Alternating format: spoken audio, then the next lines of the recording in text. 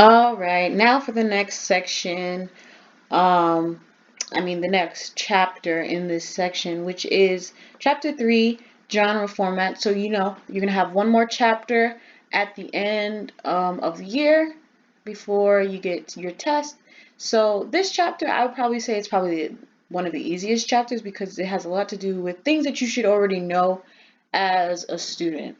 So, the name of this chapter is genre format.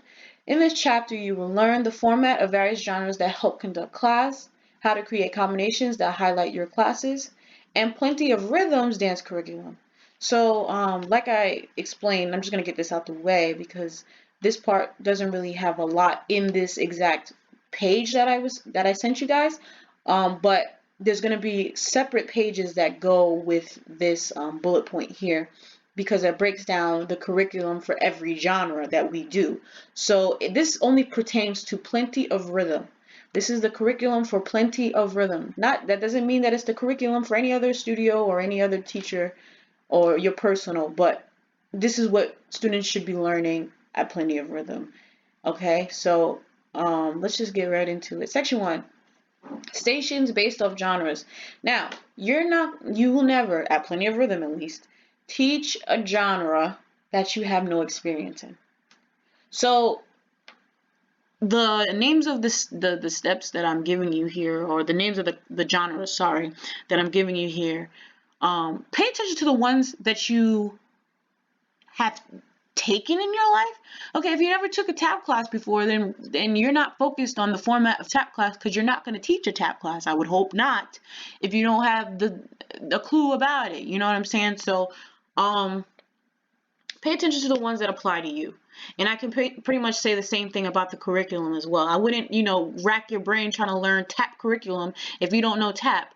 I wouldn't rack your brain trying to learn, the curriculum for jazz if you don't know jazz. You know what I'm saying? So, and I know what you know. So if you see a test question that says, oh, in the tap class, blah, blah, blah, should Stacy learn yet?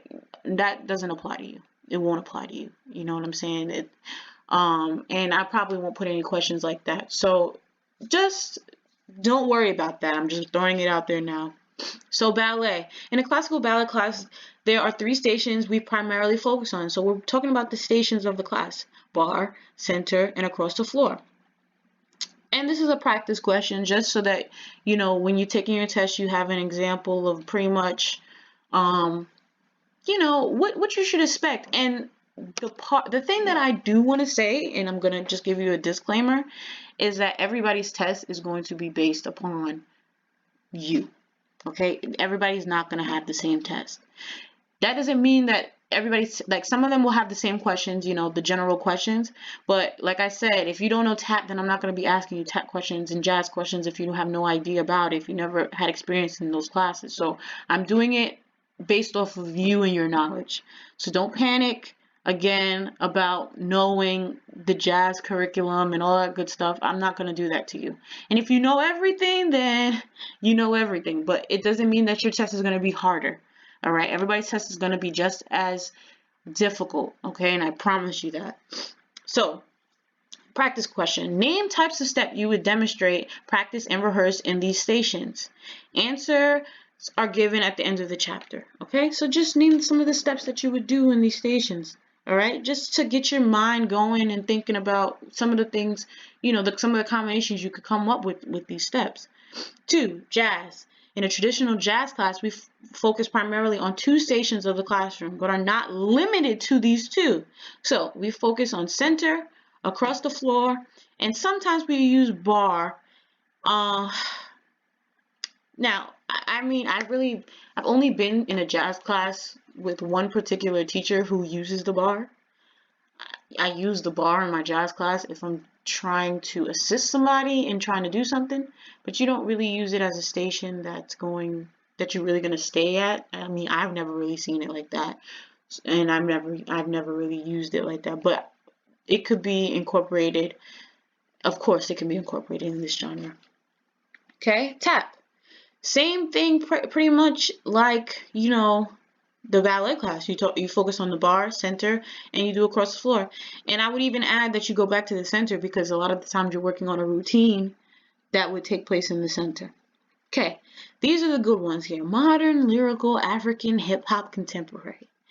These genres are lumped together because a lot of the times the format of the class is very free. It's up to the teacher. You know what I'm saying? There's a lot of different things you can do in this class because they're like little sublets of other genres. Like lyrical is a little subset of ballet. You know, African and hip hop kind of go hand in hand in ways. Modern and contemporary and lyrical and ballet go hand in hand. So you can use whatever you need to get the job done. Is pretty much what I'm saying. You use across the floor, you use the center. A lot of them really take place mostly in the center. When you're doing contemporary and modern, you're using the floor, you're doing floor work, and you're doing, you need to use the bar to strengthen up muscles and all these different things. So I would say this one is pretty much up to you on what you're focusing on and how you're gonna get your students to learn what they need to learn. So you use whatever you need to use. Okay? But whatever you pick, I would stick with it from week to week. Only because, it gives the student something to look forward to. All right, next, making combinations. Understand your class curriculum, then decide on practical combinations for your class, okay? Make combinations that challenge your students as well as help them work on things they need to work on, okay? And there's a separate video that teaches you how to make combinations, but this is a combination that I made up for a beginner jazz class. And when you get into these jazz, like more free genres, you need to really, really write down your counts, because if you're like me who likes funky counts, sometimes you have it that day and sometimes you don't. You gotta really write it down and remember it. And I don't have the best memory, so I'd be like 1, 2, 3, 4. I put everything in there so that I know what I'm working with here. You know what I'm saying? Depending on the song. So I think it's a good idea for you to write down combinations like this. And I would really appreciate it if you did it on your exam. You write down your combinations with the counts. Okay? And then here he says, practice writing a combination for your beginner ballet class. That's something easy to do. All right? And then here, like I said before, this is something that I'm going to be adding on as a separate for you, because everybody has knowledge in different genres. Okay, so I'm going to be giving out a ballet curriculum. I'm going to be giving out our jazz curriculum, our contemporary curriculum, our lyrical curriculum, and I'm going to expect you to pretty much go based off of that, look at it, read it, understand it. You should have understanding because you've worked your way through these levels already. So you know what you're expected to know before you get to the next level. And, just understand it so that when you're taking the test and I ask you, this is a beginner class, what should they know before entering the class? They should know how to walk, okay? Things like that. So I'm going to be giving that out separately. And doing a separate video for each genre. Whew. And you watch the genres that you take interest in. Okay? All right, and these are some of the answers that I had put. Bar, you work on plie, port de bras, releve, elevate, tendu, dégagé, échappé, piqué, rond de jambes, développé, fondu, frappé, grand pas, etc. Cross the floor, grand jeté, waltz, turns, kicks, center. Everything that you've learned across the floor and at the bar. Okay? It's very simple. All right. So this is an easy chapter, like I said. Just focus on what you need to be writing in your notebook. Okay, really start to write those combinations, and you'll be fine. All right, drop a question if you have a question, and I'm here to help. Talk to you later.